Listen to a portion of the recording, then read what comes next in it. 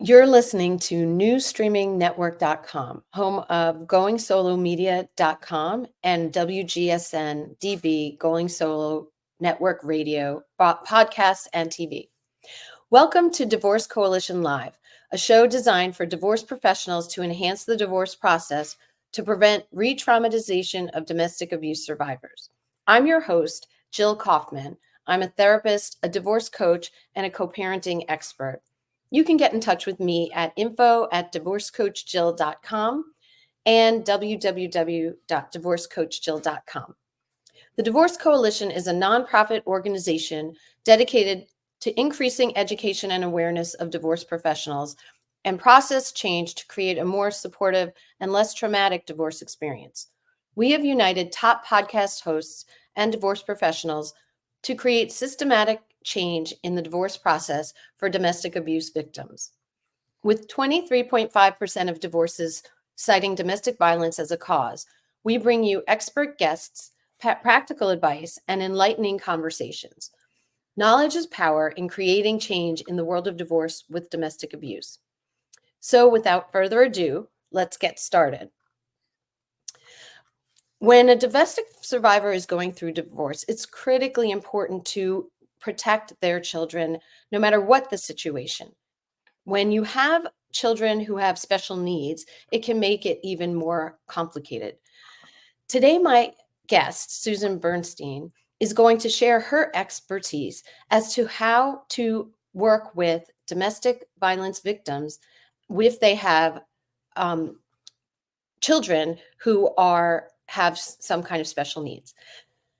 Dr. Susan Bernstein is a mom of 3 amazing children, the oldest with severe disabilities. She had a very high conflict divorce and has made lemonade out of lemons. She is the author of a chapter of the best-selling book on single parenthood, Soul Parent for Single Parents.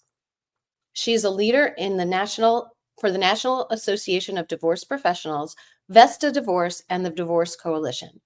She has many certifications, including divorce coach, high conflict divorce coach, post-divorce and transition coach, special needs divorce coach, and pre-mediation divorce coach. Welcome, Susan. Thank you, Jill. I just wanted to make sure I got all of your certifications out there. It's a lot. Can you tell us a little more about yourself? Sure. As you mentioned, I am a mom of 3 children, my oldest who has severe special needs.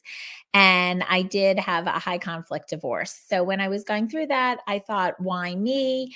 At the time, I was an educator. I had my doctorate in education and child development, special needs, leadership, and why me? Maybe it's so I can help others. So I switched from educational consultant to divorce consultant, and then heard about the certified divorce coach programs, one after the other, teach for those programs, develop curriculum, brought my love together, but really feel like I'm making a difference in people's lives, and I get it on a personal and professional level.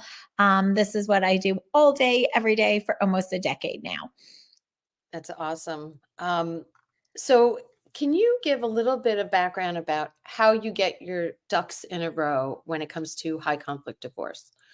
Absolutely. So many people think, oh, my divorce will be like my sister's or my best friends or my coworkers, and every divorce is different. And I like to define high conflict by one of 3 things. So it can be domestic violence. It can also include custody battles, and it can also include hidden money. Sometimes it's 2 or all 3 of those things. But when you find yourself in a situation where you're dealing with 1, 2, or 3 of those things, you need to be strategic. You need to plan amicably. You need to know that you're likely not dealing with an ex or soon to be ex that is stable and logical. And so you need to really think in advance. Where am I? What do I know? Where do I want to get to? And if I have children involved, how am I going to navigate this process? And obviously, just the thought of that can be overwhelming. If it was an amicable divorce with a logical, calm person, often you can sit down, have a conversation. I'm not happy. Should we mediate? Should we litigate? What should we do? in a high conflict divorce and in a divorce with special needs children, which often overlap, you need to really get those ducks in order. So thinking about custody, thinking about what can you set up for your children related to therapy, related to structure, relating to how they're going to deal with that change, and related to finance. Getting as much information up front that you can, knowing you might not be able to get it down the road unless it is subpoenaed or deposed. Absolutely. Those are great beginnings for people. Is there something specific that you have to consider when you're dealing with children who have special needs in the situation?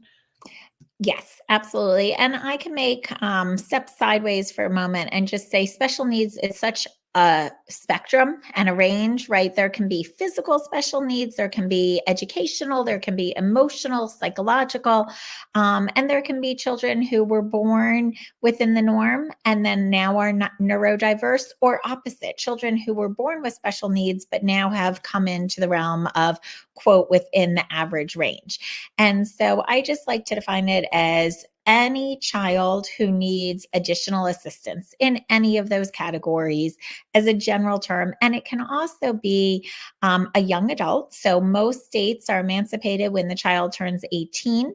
But if you feel that your child is not able to be independent, whether it be financially or taking care of themselves or educationally, then how you're going to take care of your special needs a child when they're actually an adult and potentially lifelong. And so, in general, change is scary for people. And when you have someone with special needs, it takes lots of additional considerations. And just like no divorce is the same, no person with special needs is the same. So, doing a deep dive into what are my child's needs, knowing there's going to be big changes ahead. Ideally, those changes will be beneficial for all, but there could be a bumpy road, a roller coaster ahead of us. How can we make that transition as smooth as possible? How can we explain it to that child at a developmentally appropriate level? Normally, we say an age appropriate, but many children with special needs, and I can also say the term special needs interchanges with disabilities. Some people prefer one over the other. But what is best for that child? And best can also be subjective. And often one reason parents divorce is they're not on the same playing field as far as what's best. So you're really dealing with a lot of things in the air and figuring out what you think is best and what resources can back you up. Do you have medical and educational professionals who can say, okay, yes, this is the structure this child needs, or this is the routine, or this is the best night routine, or the best parenting schedule if you were to go under different roofs. So getting professionals on board as well as just what you think is the best for your child, so that if there is a courtroom battle, it's not just you, it's other people who have known and worked with your child who can support what you're saying related to their best interests and needs. That's a very good point because, when there's domestic violence involved and there's high conflict, there's a history of not being able to get the person on the same page as you. And if they have someone else in their corner, then that helps. But, unless you have a judge ruling something, I think it might be hard to get the person on the same page, even if there's a professional telling them. They'll say that they want to find another professional, Yeah. so like do you have any kind of strategies for people to lower the conflict or to get someone to agree on whatever medical decisions that come up or things that you want to put in the agreement when you're going through divorce? Absolutely. And I think the first thing is to what I call radical acceptance, acknowledging what you're dealing with, the realm of your world and the legal world. So, first off, We talk about special needs can come from genetic issues and environmental issues. And certainly, if there's high conflict, the environment brings it out. And a lot of these high conflict, narcissistic, sociopathic, borderline personalities that create high conflict situations, it only takes one, they have mental health issues. And if it's genetic, and environmental, the likelihood of one or more of their children having it is higher. So just acknowledging that. The second thing is some special needs children are either too young to communicate or nonverbal. And so they can't communicate. So really documenting their likes, their dislikes, and even on videotape, showing their preferences and creating a calendar. And documentation is so important so that you can show standing, you can show what that child's used to. So talk to people about, hey, obviously, if safety is an issue, we need to get you out right away. But if safety is not an issue and you're watching the money and it's not being liquidated or you're not ringing up debt or your ex isn't ringing up debt, let's try to plan accordingly. Is this the right school setting or should we get your child into a private school now so you can say, hey, they're in a private school. We were able to pay before we were divorced and here. Or, hey, my child needs equestrian therapy, art therapy, water therapy, music therapy, let alone the basic therapies of speech and OT and PT. So trying to look at what some of these needs might be on the horizon and getting them in place before you pull the trigger for divorce so you can keep that standard going. That's a great point. Some people are not, it's too late, so they've already pulled the trigger. But if you haven't, then try to get as much help as you can for your children. And, but, everybody's concerned about finances and, the high conflict person is probably, even if it's put in place, they could say, well, they don't really need it. I never agreed to it. There's such you know, a conflict dynamic there that it's very difficult for people. But I love your suggestion of videoing and documenting and maybe getting the professional to write up an evaluation or whatever it is that you can get, will definitely help if you ever are in court and you have to prove that. Um, so Absolutely. I can mention also, you mentioned finances come into play. And luckily, at a state and federal level, once a child has been identified as disabled, there are financial resources, whether it's Medicaid, whether it's SSI disability, whether it is respite care.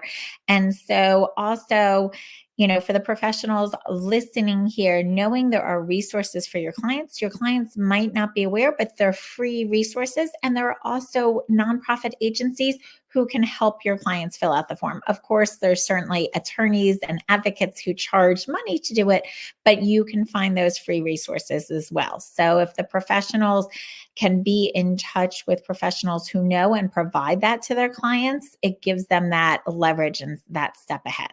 Oh, that's so good to know. I've worked for nonprofits, so I knew there had to be something out there. Yes. How would you find those resources? So, I know when you introduced me, you mentioned the National Association of Divorce Professionals. I did create a special needs chapter several years back. And so we have resources in almost all 50 states. And so also at a federal level. So if a professional wanted to come onto that or reach out to me, I could connect them with the appropriate people in the state level, on the county level, at the federal level for their clients. That's amazing. Thank you so much. That's a great resource for people. Um, I am going to switch to a little bit different topic right now. Um, is there a correlation between high conflict divorce and divorce with special needs children? Yes, so I briefly mentioned it before as far as the genetic and the environmental factors. And so if you're dealing with a high conflict soon to be ex-spouse or ex-spouse, the likelihood that one of your children has or will have a special needs is higher. So being aware of that, trying to keep the environment calm. And what I talk about is something called profiling your ex. So many people go to the attorney or judge and say, I'm divorcing a narcissist. Well, that's just so common now. And the judges roll their eyes or ignore them completely. But if you help your client, what I call profile, meaning go ahead, write a list of 40 things that your ex has done in the last 24 months. And I like to keep it current. Don't go back 10 years. Then the judge is going to say, why are you still with them if they did that? But go back up to 24 months. Make a list of everything. It's almost like brainstorming, put it all out there. And then pick the 5 or 10 worst things that they did that show that they're high conflict. And instead of having to say, I'm divorcing a narcissist, you say, I'm divorcing someone and my child's father did the following 5 things recently. And the judge's mouth and your attorney's mouth will drop open and say, wow, that does show that they are extreme. And this does show what you're up against and how we really have to think twice before talking about the parenting schedule and decision making related to the legal custody. Oh God, I love that. I love that tip because that so many people talk about things that happened 20 years ago, and then 10 years ago. And you're like, okay, well, we need to really focus on the recent past. Yes. That's really most important right now. It might be important to you because you've experienced all these things, but you're right. A judge is not going. And I was told that you should never say narcissistic, my ex is a narcissist to the judge, because both people can say that. It doesn't really, mean anything. But when they have these behaviors in front of them, then it's a whole different ballgame. So that is amazing. Thank you so much for that. Okay, well, if you don't mind, Susan, we're going to take a short break and we'll be right back. Thank you. Domestic abuse survivors experience a lack of trust in the divorce and legal systems in place to protect them.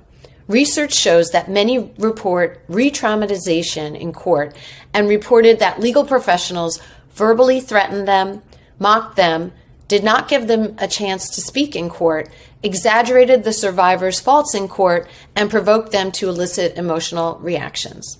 In other cases, divorce professionals may be the first point of contact for survivors with the ability to help if they recognize the signs. The Divorce Coalition is a nonprofit organization created to change this experience for abuse victims and survivors through education and awareness of divorce professionals.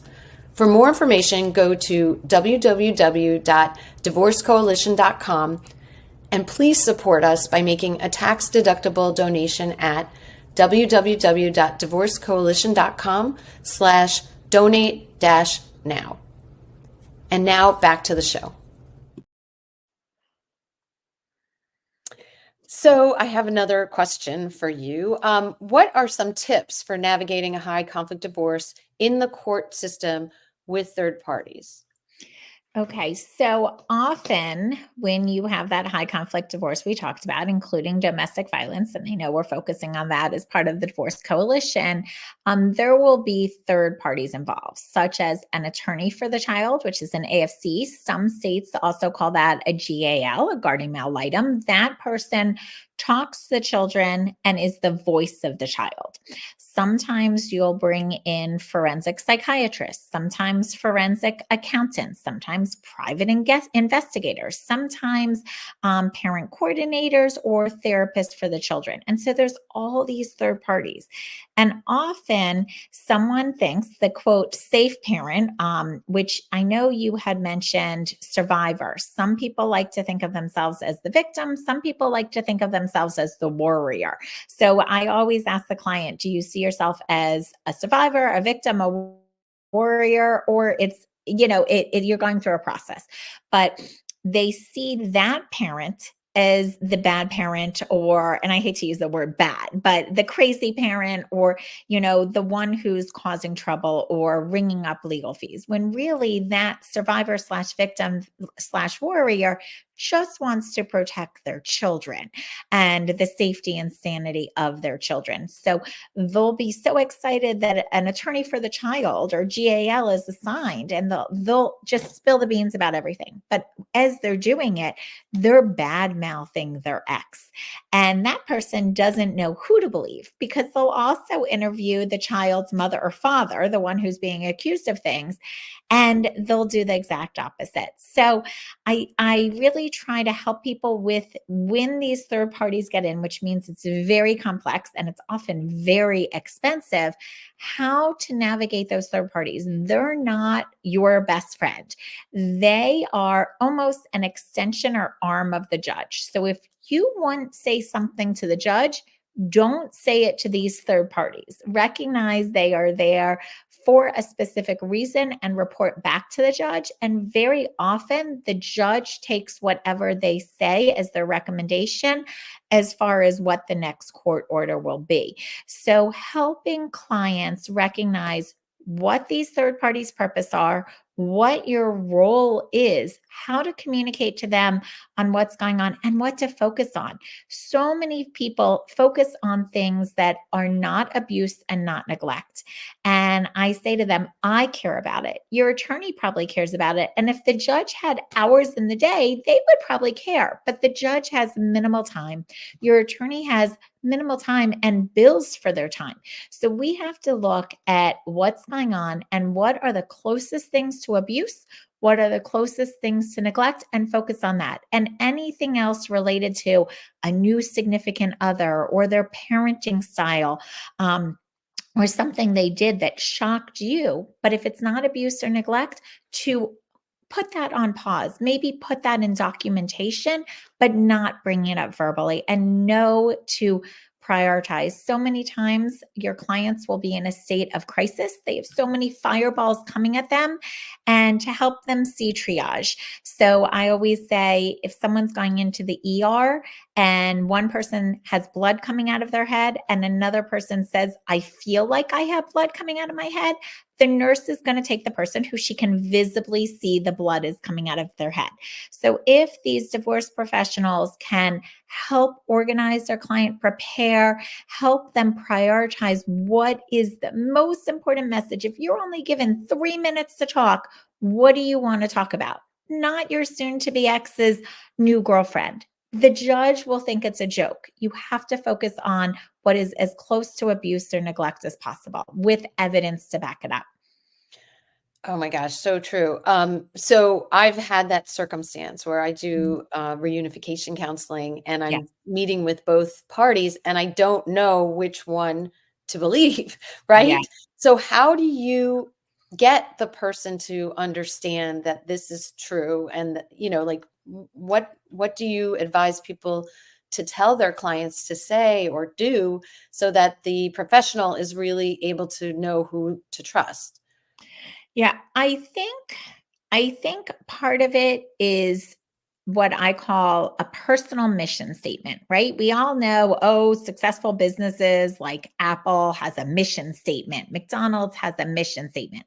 But if you can have a personal mission statement and convey that and say to the judge, in an ideal world, we'd be co-parenting. In an ideal world, I wouldn't be worried about my child's safety. In an ideal world, this is what would happen. But because of X, Y, and Z, I am concerned. I feel like I need to prevent a major problem, or a major problem already happened and I'm scared it's going to happen again. And here's the documentation. Here's the police reports. Here's the reports from the pediatrician. Here's the reports from the ER. Here is a summary of what the child's therapist said. Here's what the teacher showed on Mondays, because Sunday nights is always mom's night to bring back the child. And look what happens on Mondays after the mom or dad has them, right? So really helping your client explain their mission. Their mission is not to not have their child have time with the parent. Their mission is to protect the child. And here's their concerns. And here's some things they'd like to see in place, such as maybe supervised visits, or such as a tiered parenting plan, or such as some parenting classes that they take together, so that they're showing we want to co-parent together, but there's a concern. But we have the same goal of getting to that. That's a great point. And I think people do get the sense once they spend more time. In the beginning, it's very hard to, take out from both sides what's really going on. But if behaviors come out eventually. So the calmer that you can be, that the client can be when they're talking to the person. If they come in frantically, you have to do something to save my child, that's not going to look good, to a gal or to some other professional and judge. So you really have to work with someone like a divorce coach or somebody or attorney to prepare for those, situations. Don't you? And Do you agree with that? absolutely. So I think I talk to a lot of my clients as a coach. We help them deal with the emotional part so they're ready for the legal and financial. And one of the things we know is high conflict individuals like to trigger their ex. And so helping our clients say, like, okay, yes, I understand he's triggering you. I'm not saying don't be triggered by it, but don't let them see the reaction. They are purposely trying to trigger you to get it on videotape or to make you look bad in front of the judge. And so helping them deal with their emotions, knowing what they can control and can't control. I can't control my ex, but I can control my response to my ex. And so that is often really key. And once they realize that they have the power to control their response, the situation changes, it pivots, and now they're in control and they're not looking like the crazy one, right? And so we do a lot of work on how not to let them trigger you, how to set boundaries, how to document, maybe using a parenting app like Our Family Wizard, how to help their children understand the truth so they're not manipulated and gaslighted, and really how to get to that next chapter of bliss that they deserve to be in, overcoming obstacles in the way and putting those boundaries up for their ex. Awesome. So this is like a post-divorce Yes. question. What are the best ways to thrive post-divorce and avoid and deal with post-divorce abuse? And that is a thing. So many people think, oh, we're going to sign the contract and put it in the drawer and everything's going to be fine. But when you're dealing with domestic violence and high conflict individuals, post separation and post divorce abuse is real. So recognizing, number one, you're not alone. Recognizing there are high conflict divorce coaches and people who are trained in this to help you get through it. Acknowledging that, if you do have a child with that person, you can use a method called Yellow Rock, where you only talk about the children and you only talk about the children's things. It's a very business-like manner. And your clients can certainly look up high conflict divorce coaches like myself. They can certainly look up the Yellow Rock method. But being able to respond in that business-like manner. I have from Tina Swithin a list of canned responses. So if someone's ex is trying to trigger them, we don't want to ignore them, right? Obviously, we can ignore them if they're accusing us of a new girlfriend or boyfriend or drinking or something not related to the children. But if it's related to the children, we want to use canned responses so that you're showing you're doing your best to co-parent and to try to navigate with that. In an ideal world, you divorce, it's just financial, there's no children, or the children are not minors anymore. But if the children are minors, or if you have a special needs child, even if they're an adult and you're a guardian, you're still involved in some way with your ex. And so how to navigate that, and part of it is the right professionals, part of it is strategies, part of it is related to not letting them trigger you. I use visual examples like if your life was a pizza pie, letting your ex only be one slice of the pizza. The other slice is your children, your extended family, your new relationships, your job, your hobbies, your alone time, not letting your ex overflow into that.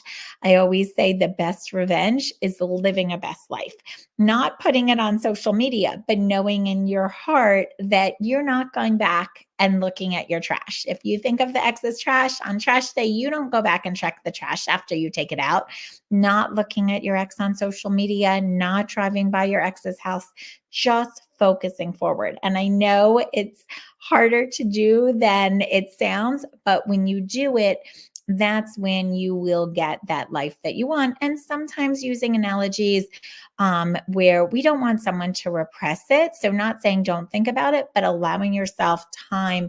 I'm only going to think about my ex or the upcoming court date when I'm brushing my teeth in the morning and when I'm brushing my teeth at night. And the rest of the day, taking that thought and putting it in your pocket.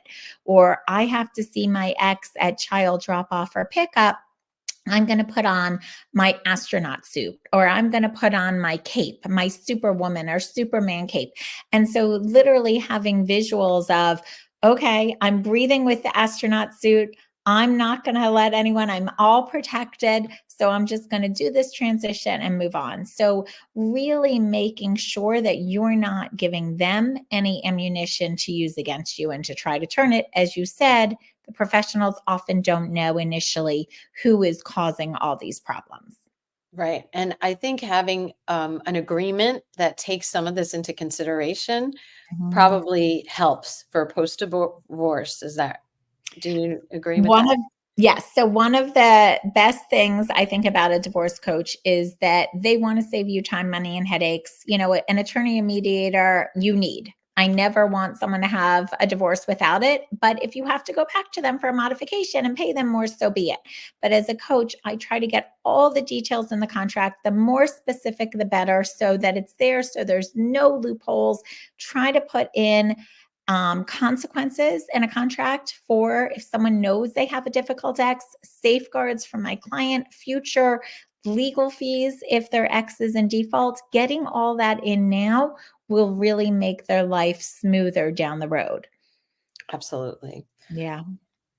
So, we could talk about post-divorce, abuse Yeah. and things that people can do for a long time, but we don't have that much time left. Um, is there anything else that you'd like to share with people about this topic with special needs children? Yeah, I think that one thing that we haven't discussed is, you know, just like marriage, on someone's wedding day, they don't have a crystal ball. They don't see that divorce is coming. Same thing, you get pregnant, you picture your child going off to Harvard and being picture perfect, and you don't see that you're going to have a child with special needs. And both of those are big blows to the dream that you expected it to be. So, talking about that radical acceptance, okay, the marriage didn't work. Now what? Okay, I have a child with special needs. Now what? But forming, communities, support groups, professionals who get it on that personal and professional level, but also when someone early on has a child with special needs, one of them becomes more of the caregiver, one of them becomes more of the moneymaker, having to stay home and take care of that child because a normal babysitter can't because of that special needs child's extra disabilities. And when someone goes through a divorce and they have half the parenting time, now they're the caregiver. Whereas for years, they might have just been the moneymaker. And the caregiver now says, oh my goodness, now I have to go out and get a job and how to manage all of that. So acknowledging, wow, there's a big change. And also acknowledging that this might not end when they're 18. I often try, if someone thinks their child won't be independent, getting that guardianship language in the divorce contract when they're younger so they don't have to have another court battle. It's already said, and they can just submit the guardian form saying they agreed upon it. But really, the best thing is to have a plan. And one of the things that I tell people who are divorcing with a special needs child is that the married couples who have a special needs child do not have a long-term plan. They're just trying to swim above water. But when you go through divorce, you're forced to have a plan. And so the one light in all the negative is that divorced people with a special needs child do have a detailed plan, and they can sleep better at night saying, okay, if something happens to me, here's this, or okay, I have a plan as far as my child's educational needs, medical needs, social needs. And so the good thing is that the divorce forces that on you, and you can know that it is going to be okay.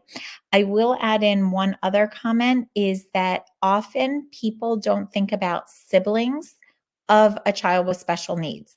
And so when you're doing a parenting plan, sometimes you might do a parenting plan that separates them. Sometimes it overlaps a little, and that is okay. In most divorces, the children go to the mom and the dad, or if it's a same-sex marriage, follow under one roof at the same time.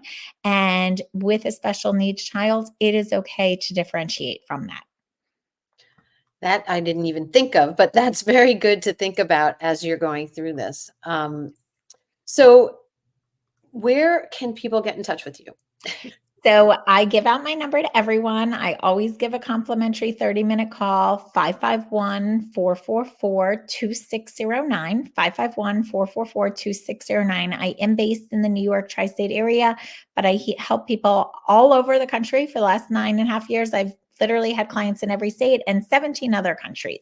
And divorce with special needs is everywhere, right? So really the husband, the wife, whoever needs that help, they can contact me, Susan at divorcecoachplus.com or www.divorcecoachplus.com. My goal is for people to know they are not alone, that we will get through it together, that as a team, I have the resources. I'm here as much or as little as they need. That's awesome. Thank you so much. Thank you so much for being my guest today. And to my audience, thank you for being with Susan and myself on this episode of Divorce Coalition Live. If you would like to listen to this episode again, you can find the link at www.divorcecoalitionlive show tab. All of Susan's information will be available in the show notes. And we have a special gift for you, a free ebook called Stop Condoning Domestic Violence at www.divorcecoalition.com/stop-condoning-ebook. I so enjoyed being your host. I'm Jill Kaufman, and you can get in touch with me at info@divorcecoachjill.com and www.divorcecoachjill.com. You can find the Divorce Coalition at divorcecoalition.com, and please like and share our Instagram page at Divorce Coalition page. Join us in the fight to change an abuse survivor's divorce journey. Stay tuned next Thursday at 9 a.m. Eastern for another episode of the Divorce Coalition Live. And until next time, help us spread the word that divorce needs to change to create a more supportive and less traumatic divorce experience.